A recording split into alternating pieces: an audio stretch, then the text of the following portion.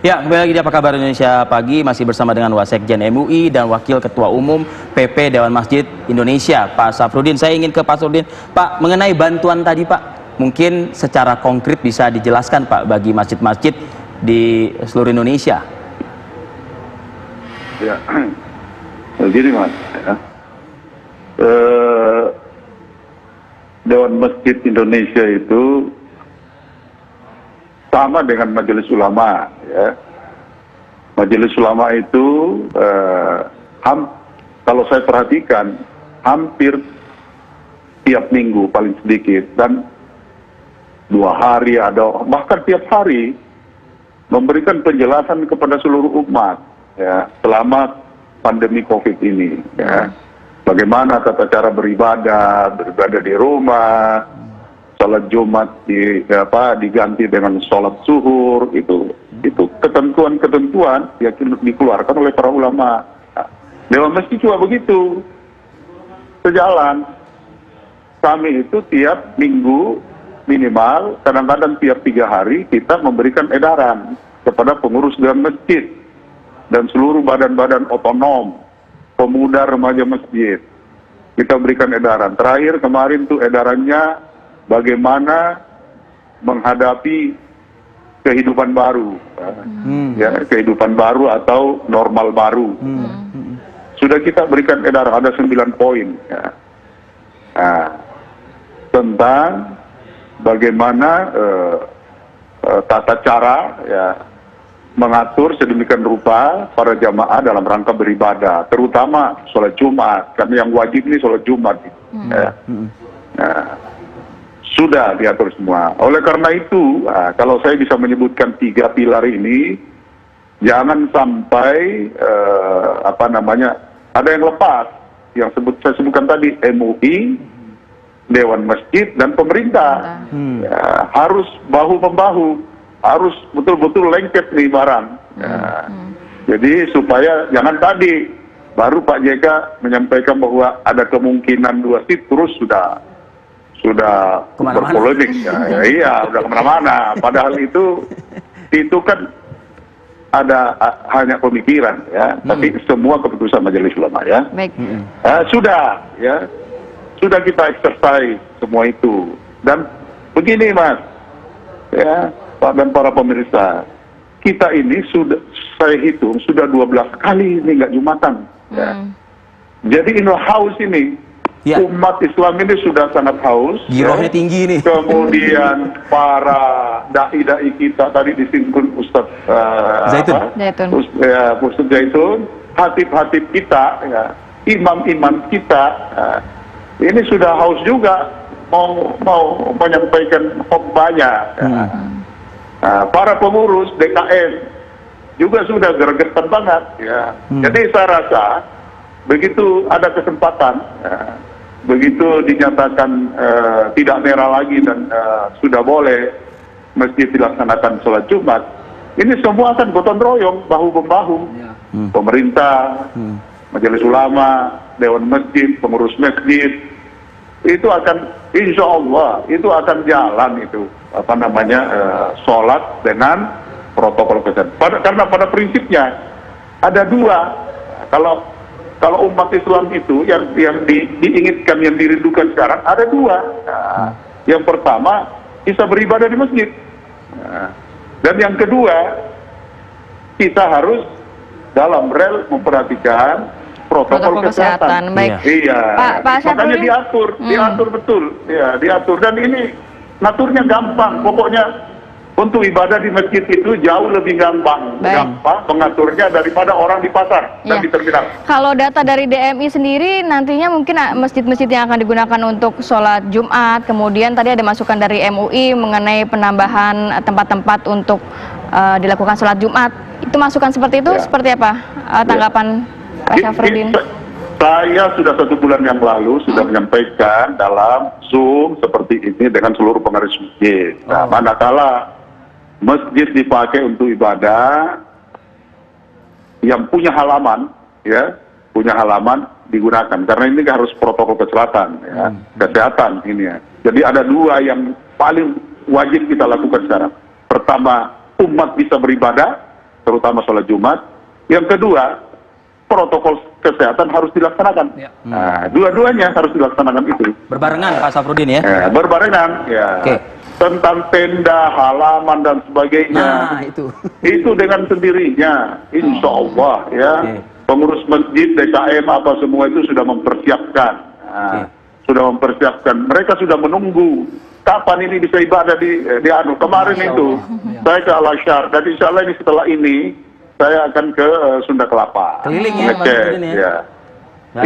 Ya, kita memotivasi sebenarnya para pengurus masjid itu. Jadi begini Mas, ya, saya berkali-kali mengatakan ini kalau urusan umat Islam untuk ibadah di masjid itu paling gampang. Karena begini, 60% pengurus Dewan Masjid itu adalah majelis ulama. Pengurus majelis ulama, 60%, mulai tingkat pusat sampai ke daerah. Ya. 35% pengurus Dewan Masjid adalah pejabat di daerah. Ada bupati, ada wakil gubernur, ada camat, ada sekda, macam-macam, ada wakil bupati, 35%. Jadi antara pemerintah, ya terutama pemerintah daerah, kemudian majelis ulama dan Dewan Masjid, itu juga orangnya. Jadi 3 stakeholder ya. tadi ya Pak Safrudin? Itu juga orangnya. Oke, baik. Pengurus Dewan Masjid Pusat ini kan baru saja Pak JK dengan saya tidak menjabat ya. Tadinya kan Pak JK wakil presiden dan saya menteri Wakapolri. Ya. Dan sekarang masih ada ketua DPP kita masih menteri, masih ada Pak Sofian Jalil, masih banyak di pemerintah pusat ya. Intinya dijagain. Ada 7 gubernur ketua Dewan Masjid. Ada 11 wakil gubernur ketua Dewan Masjid. 60% pengurus Majelis Ulama Indonesia itu dari pusat sampai ke daerah itu pengurus Dewan Masjid. Ada ketua UI daerah, dia juga ketua DMI. Jadi itu juga. Baik, Mas Safrudin. Tidak ada yang dikhawatirkan soal urusan ibadah di masjid. Tidak ada dikhawatirkan. Ustadz Zaitun. Jangan itu, insya Allah. Izin Pak Safrudin, saya ke Ustadz Zaitun. Ini kita masih pandemi loh. Nah, ya kita masih pandemi. Bukannya untuk mengendorkan giroh umat ya, yang sudah tadi rindu katanya bersolat Jumat bersama kan begitu. Tapi ini masih ada pandemi gitu. Nah, mungkin catatan dari MUI. Besok hari Jumat nih, Ustaz. Ya, betul. Kalau dari MUI itu kan sudah ada fatwa nomor 14. Itu benar-benar jadi patokan, jadi payung bagaimana beribadah dalam situasi, dalam suasana pandemi ini. Jadi, kalau dia benar-benar zona hijau, itu wajib. Ya, wajib. Kecuali mereka yang sakit atau ada gejala-gejala sakit seperti batuk-batuk, bersin, demam, diare, tambah lagi diare ini. Ini jangan masjid ya. Jadi supaya jadi panduan. Jadi dan itu ditentukan oleh pihak yang berkompeten, pemerintah dan para ahli. Nah, kita berharap para ahli dan pemerintah tidak berbeda ya.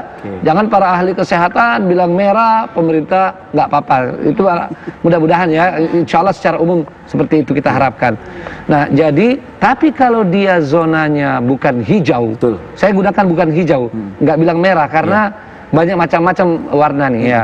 Yang bukan hijau, maka dianjurkan untuk sholat di rumah saja. Jumat, sholat 5 waktu dan sholat tarawih kemarin tuh dan sholat Id ya. Nah, sekarang bagaimana dengan perkembangan sekarang? Alhamdulillah ada tren menurun ya. Nah, sekarang dikembalikan kepada pihak berkompeten untuk memberi penjelasan selengkap-lengkapnya, sesering-seringnya. Siapa kompeten ini? Yang kompeten pemerintah yang pertama, karena penanggung jawab utama kan pemerintah. Terus bisa diperkuat para ahli. Para ahli harus ngomong. Jangan para ahli kesehatan ini diam. Kalau mereka diam, itu menyembunyikan ilmu. Dan selain dia dosa, ya kalau bicara umat Islam ya, dia juga akan mempertanggungjawabkan dalam sejarah. Ya, jadi kalau misalnya mereka para ahli mengatakan ini masih tidak hijau, ngomong. Tapi kalau juga hijau ngomong, supaya ketentraman ada ketentraman pada masyarakat untuk melaksanakan ibadah ini. Nah, di sisi lain kita anjurkan masyarakat. Ini masalah penting, masalah ibadah di satu sisi. Yang kedua menjaga jiwa, menjaga keselamatan bangsa dan negara. Jangan juga diam, pasif, proaktif. Cari ya, bertanya. Karena pemerintah kita juga tentu sibuk, ahli-ahli kesehatan juga sibuk, kita juga harus proaktif. Jadi semua harus bertanggung jawab yang punya informasi berikan, yang tidak tahu harus bertanya. Nah, sehingga nanti jangan ada pemaksaan. Nah, itu ya. Jadi bisa tetap di masjid ataupun di rumah begitu ya? Kalau zona hijau wajib. Kembali ke zona tadi. Ya, tapi kalau dia bukan zona hijau, maka kaum muslimin akan punya pilihan. Kalau misalnya pemerintah atau pihak-pihak terkait sudah membuka masjid misalnya, maka kalau dia melihat bahwa ini walaupun bukan zona hijau dan dia merasa aman, mengikuti protokol kesehatan, pakai masker, jarak dan seterusnya, ya perlu. Ya. Ustadz Zaitun, tadi saya kembali lagi meng-highlight ya, ada yang tahun 2000. Tahun 2000 ya, fatwa MUI tahun 2000 tentang artinya tidak dibenarkan atau tidak sah, dengan golongan untuk kondisi seperti di Indonesia. Kalau seperti di negara-negara lain yang umat Islam minoritas dan memang sangat sulit ya. Jangankan di luar gedung, di dalam gedung saja tidak sembarangan bisa digunakan sholat Jumat. Nah, itu yang baru kemudian ada fatwa sebagian ulama. Dan saya juga sekaligus menyampaikan karena fatwa MUI DKI sudah disinggung juga, itu kita sudah pertemuan dengan MUI DKI. Jadi MUI DKI itu sebetulnya fatwanya adalah hanya untuk kondisi yang darurat. Kalau benar-benar misalnya seperti sekarang, udah masjid di semua ruangan mau dipakai. Tidak cukup, lapangannya juga tidak cukup, ya. Terus kemudian tempat sekitar, musola, masjid, aula tidak ada untuk sholat Jumat. Lalu dihitung, ternyata jumlah yang mau Jumat itu begitu banyak. Itu keadaan darurat dan itu hampir tidak ada di Indonesia. Hampir tidak. Jadi diharapkan pemerintah, pengurus masjid, tentu DMI ya, semuanya kita satu nafas seperti kata Pak Syafruddin tadi, kita satu bahwa solusinya masih banyak. Ya, satu lagi Mas, saya sampaikan, ada juga kelemahan ini secara teknis yang bergelombang itu. Andaikan pun diatur waktunya, tahulah orang kita banyak yang nggak sabar kan, nggak mau nunggu di rumah walaupun belum sipnya misalnya, ini kelemahannya nih, dia udah mau menunggu di masjid. Ini yang sering terjadi kelemahan, akan berjubel lagi, menunggu di bawah matahari, kan nggak ada ruang tunggu masjid. Kalau ada mesti digunakan semua kan. Nah, makanya lebih bagus jangan opsi dua gelombang itu. Ya, kita dorong semaksimal mungkin perbanyak tempat sholat.